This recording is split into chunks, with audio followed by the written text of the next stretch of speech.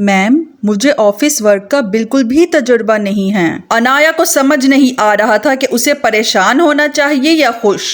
آئی نو sweaty, لیکن آپ نے ہمارے پمفلٹ میں پڑھا ہوگا کہ ہمیں نیو ٹیلنٹ کی تلاش ہے، اور ویسے بھی جب آپ آفس جوائن کریں گی تو آپ سب کچھ سیکھ لیں گی۔ ان کے کہنے پر انایا کو سمجھ نہیں آیا کہ وہ کیا کہے۔ ابا اسے یہ جاب کرنے دیں گے کہ نہیں؟ انایا نے تو سوچا بھی نہیں تھا کہ اتنی لڑکیوں کو چھوڑ کر اسے چن لیا جائے گا۔ آپ کب سے جوائن کریں گی؟ آپ کو جلد از جلد اپنی جاب سے ریزائن کر کے نیکسٹ ویک سے جوائننگ دینی ہوگی۔ باقی ڈیٹیل آپ کو وہیں سے ملیں گی۔ Welcome to Haider industries. Anaya miss Shehnaz سے ہاتھ ملا کر باہر نکل آئی، جہاں شائستہ اس کی منتظر تھی۔ کیسا رہا انٹرویو؟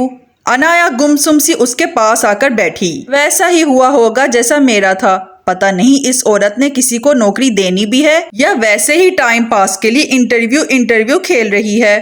فضول میں ہم دونوں خوار ہوئے۔ ہمارے لیے تو وہی استانی والی جاب ہی ٹھیک ہے۔ چلو اب گھر چلتے ہیں۔ شائستہ بیزار سی اپنی چادر ٹھیک کرتے ہوئے اٹھنے لگی۔ مجھے یہ جاب مل گئی ہے، انایا بڑبڑائی۔ شائستہ کے چادر ٹھیک کرتے ہاتھ تھمے۔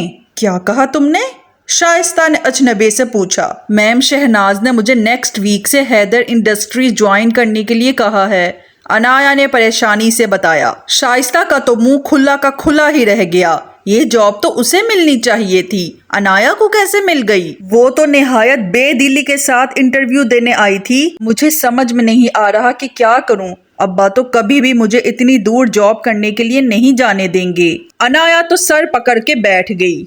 ہاں تو صحیح بات ہے نا، اتنی دور جاب کرنے کی ضرورت بھی کیا ہے؟ اور ویسے بھی آفس میں جاب کرنے والی لڑکیوں کی ریپوٹیشن اچھی نہیں ہوتی۔ شائستہ نے اسے مزید بددل کیا۔ اچھا چلو اب گھر چلتے ہیں، ابا ویٹ کر رہے ہوں گے، جو ہوگا دیکھا جائے گا۔ انایا نے گھڑی میں وقت دیکھ کر واپس چلنے کی جلدی کی۔ شائستہ نے سارے راستے آفس کی جاب، آفس کے ماحول اور آفس کی ریپوٹیشن کے بارے میں انایا کو ایسی باتیں بتائیں جسے سن کر انایا کو شک سا ہونے لگا کہ شاید شائستہ نے کم سے کم 5 سال تک تو آفس کی جاب کی ہوگی۔ انسان کا یہی تو المیہ ہے کہ وہ اپنے سے زیادہ ترقی کرتا ہوا انسان برداشت نہیں کر سکتا۔ دوست اگر ناکام ہو تو اتنا دکھ نہیں ہوتا جتنا دوست کے پہلے منزل تک پہنچ جانے سے ہوتا ہے، اور یہی دکھ آج شائستہ کو پہنچا تھا۔ انایا گھر میں داخل ہوئی تو پیچھے سے شازمہ دروازہ بند کر کے اس کے پاس آئی۔ انایا کے ذہن میں شائستہ کی باتیں گردش کر رہی تھیں۔ کیسا رہا انٹرویو؟ شازمہ نے صحن کے تخت پر خاموش بیٹھی انایا سے پوچھا۔ انٹرویو؟ انایا نے سوال دہرایا۔ ارے اتنی پریشان کیوں لگ رہی ہو؟ جاب نہیں ملی تو کیا ہوا، کہیں اور ٹرائی کر لینا۔ شازمہ نے تسلی دی۔ مجھے جاب مل گئی ہے، انایا نے پریشانی سے کہا۔ جاب مل گئی؟ یہ تو خوشی کی بات ہے، تم نے منہ کیوں پھلایا ہوا ہے؟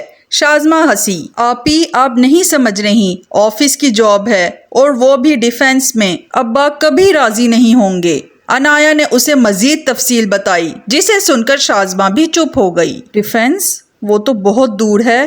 شازمہ کے کہنے پر انایا نے سر جھٹکا۔ پہلی بار اتنی اچھی جاب ملی تھی، لیکن قسمت، انایا تلخی سے بولی۔ اچھا اب اپنا موڈ ٹھیک کرو، کیا پتا ابا مان جائیں، ورنہ یہ نہ صحیح تو کوئی اور مل جائے گی۔ تم فریش ہو جاؤ، ابا بھی نماز پڑھ کر آنے والے ہیں۔ شازمہ نے اسے سمجھا کر کمرے میں بھیجا اور خود کچن میں چلی گئی۔ کچھ دیر بعد ظفر صاحب کے گھر آنے پر ان دونوں نے دسترخوان پر کھانا چن دیا۔ بیٹا انٹرویو ہو گیا تھا؟ وہ تینوں کھانا کھا رہے تھے کہ اچانک ظفر صاحب کو یاد آیا۔ جی ابا ہو گیا تھا، انایا نے جواب دیا۔ چلو تمہاری سہیلی کا شوق تو پورا ہوا۔ ظفر صاحب مسکرائے۔ ابا انایا کو یہ جاب مل گئی ہے۔ شازمہ نے انایا کو سر جھکائے کھانا کھاتے دیکھ کر خود ہی بتایا۔ جاب مل گئی؟ ظفر صاحب کے کھانا کھاتے ہاتھ رکے۔ جی ابا ڈیفینس میں آفس ہے، لیکن پک اینڈ ڈراپ کی سروس دیں گے۔ شازمہ نے انایا کی بتائی ہوئی تفصیل ابا تک پہنچائی، جسے سن کر پہلے تو ابا نے شازمہ کو اور پھر کھانے میں مصروف انایا کو دیکھا۔ ڈیفینس؟ ہمارا گھر مشرق اور ڈیفینس مغرب میں ہے، اتنی دور تو جانے کا سوال ہی پیدا نہیں ہوتا۔ کام میں تو دیر سویر ہو جاتی ہے، اس طرح گھر واپسی تو رات گئے ہوگی، اور ویسے بھی میں اپنی بیٹی کو اتنی دور انجان لوگوں کے درمیان نہیں بھیجوں گا۔ ظفر صاحب نے وہی باتیں کی جو انایا نے سوچ رکھی تھیں۔ بیٹا انشاءاللہ کوئی دوسری نوکری مل جائے گی، ورنہ یہ اسکول کی نوکری تو ہے نا، سیلری کم ہے تو کوئی بات نہیں، کم از کم گھر واپسی تو وقت پر ہو جاتی ہے۔ ڈیفنس والی جاب کے لیے آپ معذرت کر لینا، ابا دو ٹوک لہجے میں کہہ کر ہاتھ دھونے چلے گئے۔ انایا نے میں نے کہا تھا نا والے تاثرات کے ساتھ شازمہ کی طرف دیکھا تو وہ ٹھنڈی سانس بھر کے برتن سمیٹنے لگی۔ طلال اپنے آفس میں بیٹھا لیپ ٹاپ پر کچھ کام کر رہا تھا اور مایا بھی اس کے سامنے فائل کھولے کسی ٹاپک پر اس کے ساتھ ڈسکشن کر رہی تھی۔ اسی دوران دروازہ ناک ہوا اور مس شہناز اندر آئیں۔ مایا نے سوالیہ نظروں سے انہیں دیکھا جو چپ ہو کر سامنے کھڑی تھیں۔ مایا آپ ضروری پوائنٹس ہائی لائٹ کر کے مجھے ای میل کر دیں۔ طلال نے اسے جانے کا عندیہ دیا تو مایا فائل اٹھا کر دروازے کی طرف بڑھی۔ دروازہ کھول کر اس نے پیچھے مڑ کر دیکھا تو دونوں ابھی تک خاموش تھے۔ وہ شانے اچکا کر باہر نکل گئی۔ جی مس شہناز، آپ کا کام کہاں تک پہنچا؟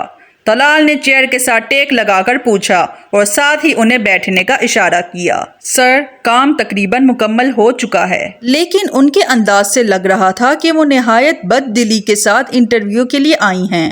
وہ مکمل طور پر اس جاب کے لیے کنونس نہیں لگ رہی تھیں۔ مجھے ڈر ہے کہ وہ ہم سے کانٹیکٹ نہیں کریں گی۔ مس شہناز نے طلال کو تمام تفصیل سے آگاہ کر کے اپنا خدشہ بھی ظاہر کر دیا۔ آپ کا کام بس یہیں تک تھا، یہ جاب ان کی نظروں تک پہنچ چکی ہے، آگے کیا کرنا ہے it's my headache. Good work miss Shehnaz. Talal کے کہنے پر مس شہناز مطمئن ہو کر چلی گئیں۔ طلال اب آگے ہو کر بیٹھ کر کوہنیاں ٹیبل پر ٹکائے دونوں ہاتھوں کو باہم ملا کر کچھ سوچنے لگا۔ اس کی نظریں کسی غیر مرئی نقطے پر تھیں۔ وہ ظفر صاحب کو بہت اچھی طرح جانتا تھا۔ وہ کسی صورت انایا کو اس جاب کی اجازت نہیں دیں گے، چاہے اسے جتنی بھی مراعات کی آفر ملیں۔ اب اسے یہ مسئلہ خود حل کرنا تھا۔ کچھ دیر بعد وہ لیپ ٹاپ بند کر کے اپنا والیٹ اور گاڑی کی چابی اٹھائے آفس سے باہر نکل گیا۔